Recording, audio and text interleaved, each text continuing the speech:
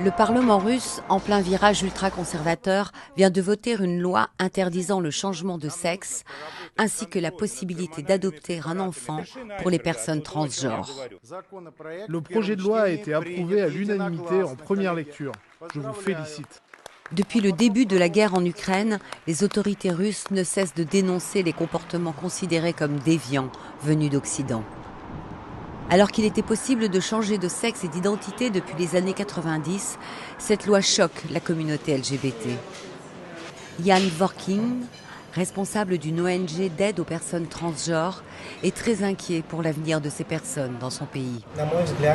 Je pense que c'est une loi absolument fasciste, qui prive les gens de soins médicaux et de tout droit humain fondamental. D'une part, c'est très difficile psychologiquement pour les gens concernés d'être préoccupés par le fait que le gouvernement vous désigne comme ennemi du peuple et vous prive de droits. Vous prive de toute aide et vous laisse dans une zone de non-droit.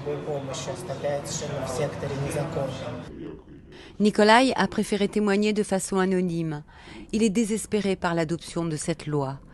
Né femme, il suit un traitement hormonal pour effectuer sa transition de genre et n'envisage pas de retour en arrière. Je ne peux pas imaginer comment je vais vivre à nouveau en tant que femme, car cela semble complètement vain. Pour moi, exister de cette manière ne marchera guère. En fait, ce n'est que depuis le début du processus de changement de sexe que je me suis débarrassé de mes pulsions suicidaires.